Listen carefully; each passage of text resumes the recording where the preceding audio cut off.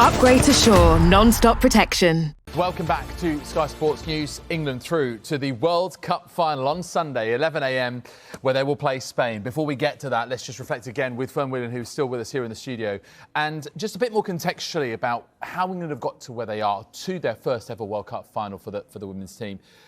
In the, yes, we've got this current generation, but the bedrock was really laid by, well, some of the names that you were saying before, the likes of Ellen White, Jill Scott, but even before that, Kelly Smith, Farrell Williams. It's been a long process to get here, isn't it? Yeah, and you could probably go even further back and say your Faye White, your Rachel Yankees, those type of players. You know, there's been a real development in football in England over the course of, what should we say, the last 5-10 years or so.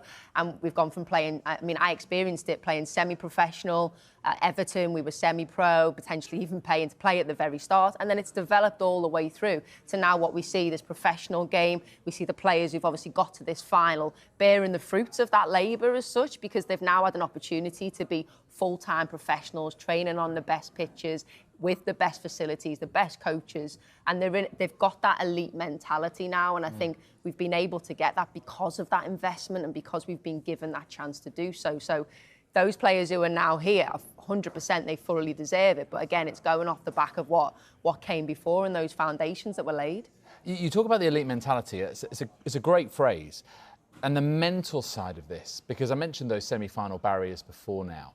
But do you think is perhaps one of the most, I suppose, underplayed elements of this England squad is they're rock solid mentally as well. They've got through so many different challenges to get here. Yeah, I say it's that really grit and steely mentality that we've maybe not had to have seen from them before, because we were just dominating in games. We were scoring goals left, right and centre, especially in the Euros. Obviously, we had Beth Mead in the side. The creativity we had going forward was frightening. We had those game changers that could come off the bench. It's changed a lot now. We're seeing, less substitutions within the games from Serena. Yeah. We're sticking Today, with... Yeah, exactly. Yeah. Whereas before that, we knew we were going to get Toon come on. We knew Russo was going to come on. Now they're the players that are obviously starting. So we're having to see a different shift within this England team, and I think it's really good to see that we've got that side as well, that when the going gets tough, like you say, even in that first game against Haiti, and we were like, OK, this is a really tough test for England, and we were potentially getting counted against, but we've stood up to every test that we've faced so far, and I think it's good to see. You say, like in terms of getting used to sort of England scoring goals, beating Luxembourg, 10-0, whatever, but then going into this tournament, remember, obviously they lost to Australia. They had a couple of goalless draws. It was 3 goals in something like 660 minutes of football. So that's had to have a real mental gear change, hasn't it? So then kind of get through that. The China game was obviously the sort of breakthrough. But that felt like that was that turning point to say, OK, yeah, we're in a battle here, but we are battling through and we back ourselves to do that and to score the goals necessary. Yeah, exactly. And as you say, it's the goals necessary. It might not be a 4, 5, 6-0 scoreline. And we were seeing it, Haiti 1-0, obviously Denmark 1-0.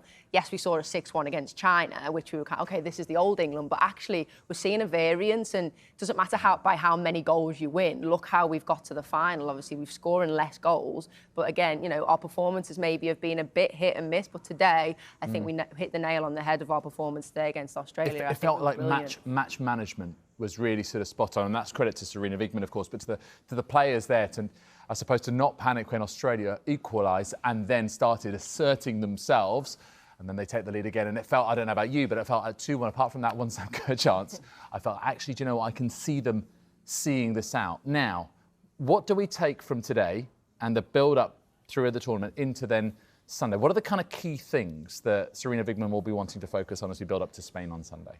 I think today, just at times, there was times where we had a little bit of lapses in concentration with our ball play, and that's probably because we were getting a little bit too much time on the ball at the back. Australia kind of sat off a little bit, allowed us to have it. Sometimes Millie Brights tried to play that ball, tried to force it into Kira Walsh a little bit.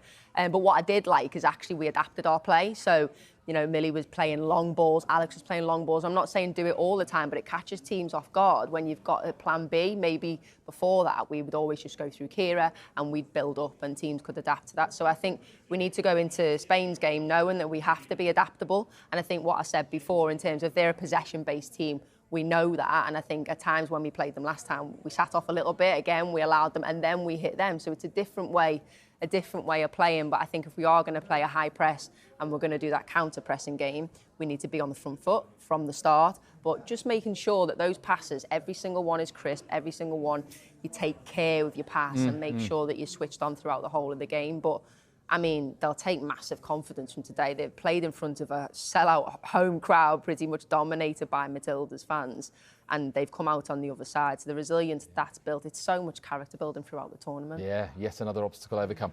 We'll come back to you for one last wee chat in a minute. We're going to go live to Sydney and speak to our reporter, Gail Davis.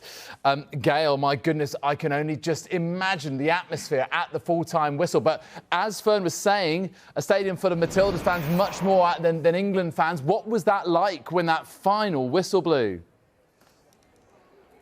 Yeah, amazing scenes here. It was everywhere you looked in the stadium, all you could see was green and gold. But my goodness, since the fans have filtered out here, they have made themselves known. Very, very noisy, very joyous. A lot of people live here, but a lot more have made the effort to come over. And they were so confident that a lot of the English fans that I've already spoken to have got tickets to the final. A lot of them also saying that given how stressful it's been at times to watch England, it was relatively straightforward today. I mean, there was that moment, wasn't there, after Sam Kerr's goal when Mary Earps had to put off a couple of saves. But Lauren Hemp and then Alessia Russo, how well did she take that finish? And England are into a final. You can just get a sense of them behind. There is going to be a huge party here in Sydney, but nothing compared to what it might be on Sunday if England can go on and make a bit more history. Gail, just briefly, whilst we've got you with us, in terms of, you mentioned some individuals there, but what about this as a sort of complete team performance from Sarina Wiegman's side, and how, as we were discussing with Fern Whelan here in the studio, they really managed the match well? Yeah, they really did. And I tell you what was so noticeable yesterday is Sarina was just the epitome of calm.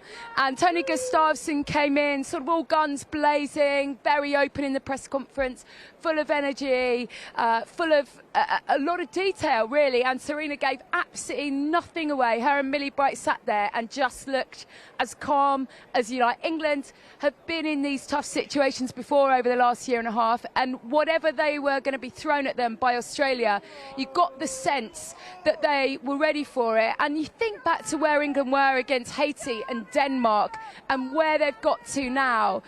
And they've just grown into this tournament. Serena's found a way, hasn't she, with the way that she lines up. She gets the best out of the players she's got. England, we were criticising the likes of Ella Toone for maybe not having the best few weeks, but she came up with an amazing finish today.